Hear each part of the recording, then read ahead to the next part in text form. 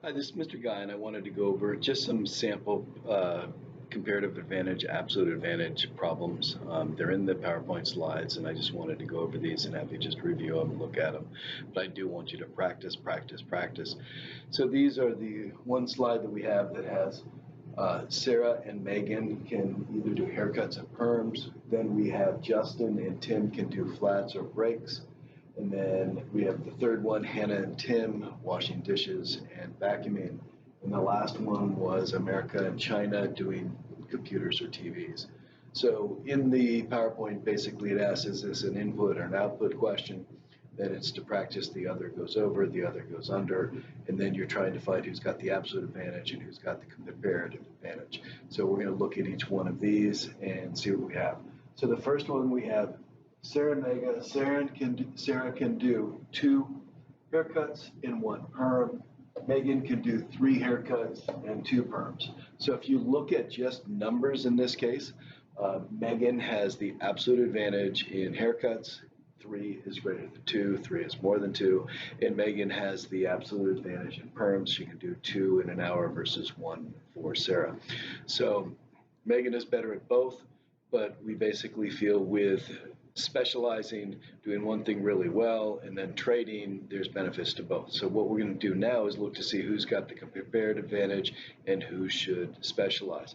This is an output problem. It is how many you can do in an hour.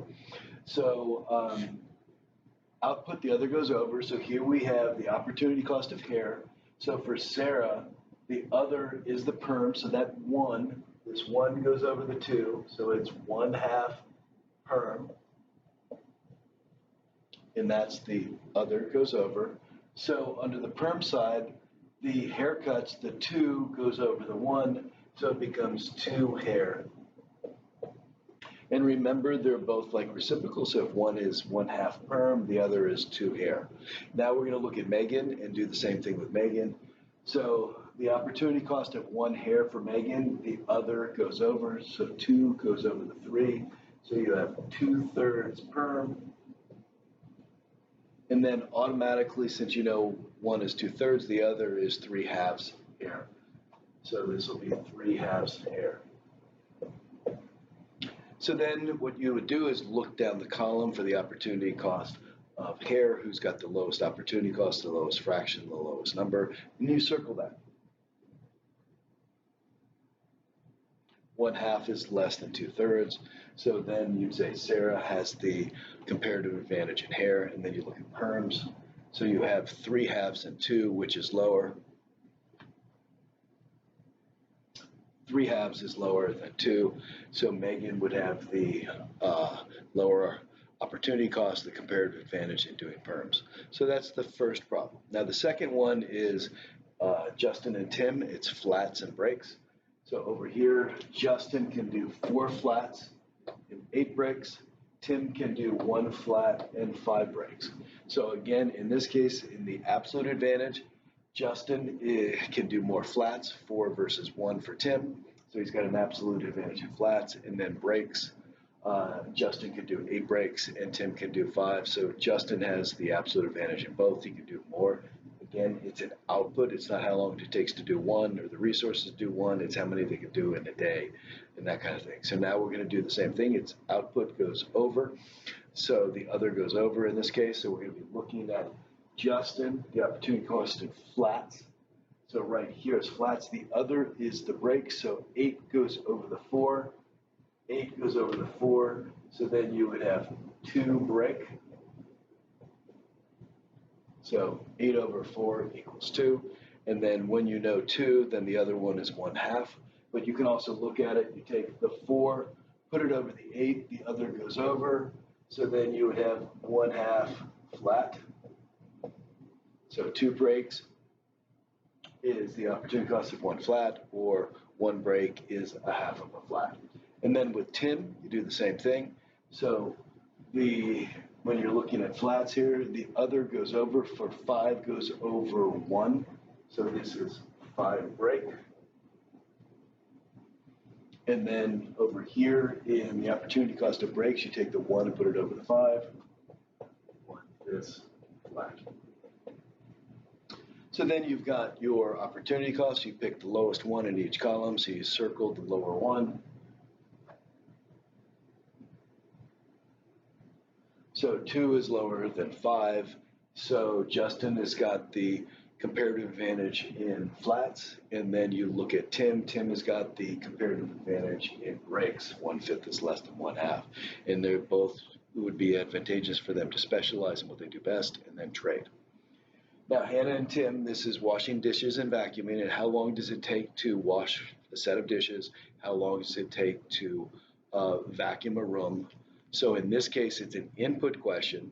So in the input question, the other goes under, and we're looking at minutes and time to do this. So you have the opportunity cost of doing a washing a dish. You take the 60 minutes, put it underneath the 30 minutes, so you have 30 over 60, which equals 1/2 vacuum. So you take the 30 of the 60, put it under the 30, so that is 30 over 60, that's 1/2 vacuum. And then you, over here in the vacuum, you take the 30 and put it underneath the 60, and then you have 2 wash dish. And you do the same thing with Tim. So you look at Tim, right here in the wash, you take the 45 and put it underneath the 15. So you have 15 over 45, 1/3 vacuum.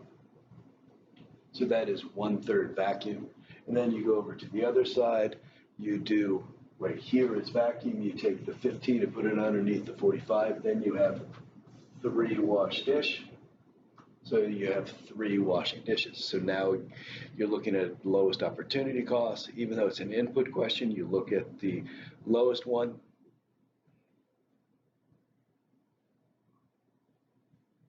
So 1/3 is less than 1/2. So in this case, Tim has the comparative advantage in washing dishes. And then you look at Hannah has the comparative advantage in vacuuming. So that's the answer on that. Now, what we didn't do in this case is who's got the absolute advantage for both of these. So I want to look at absolute advantage.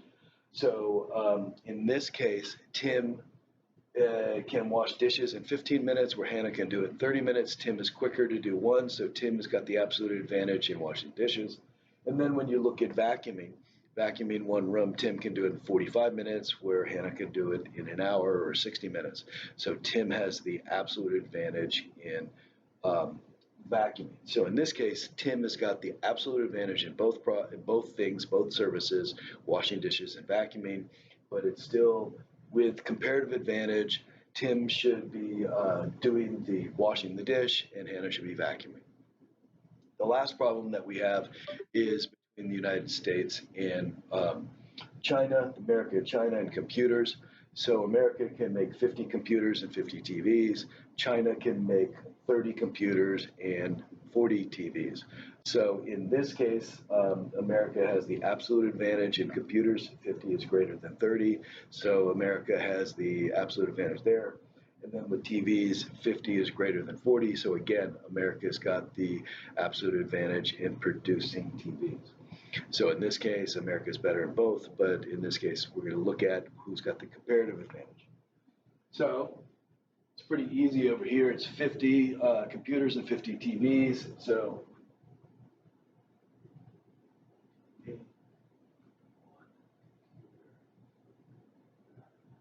So one TV equals one computer for the United States. One TV is one computer for the United States, so it's 1 for 1. Now with China, you then do the other goes over. So in this case, the opportunity cost of a computer, the TV goes over, so 40 goes over 30. 4/3 TV. So that's 4 over 3, 4/3 TV.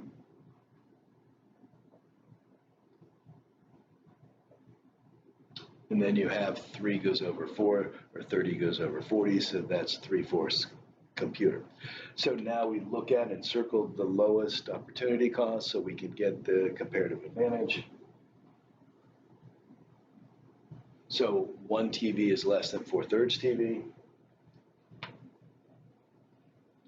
3/4 of a computer is less than one computer. So America should do computers because they have the lower opportunity cost. one is less than 4/3, and then China should produce TVs because 3/4 computer is less than one computer. So we should specialize. And when you specialize, that means you should produce all of those items and then export those items to the other country and import the other one. So hopefully these were 4 examples that helped you out, whether it's an input output, the other goes over, but you've got to practice, do it yourself. And in class, we'll have some more questions and more examples and more ones for you to run through. So this is input output, and this is just figuring out the absolute advantage and comparative advantage for some scenarios. Thanks a lot. Have a good day.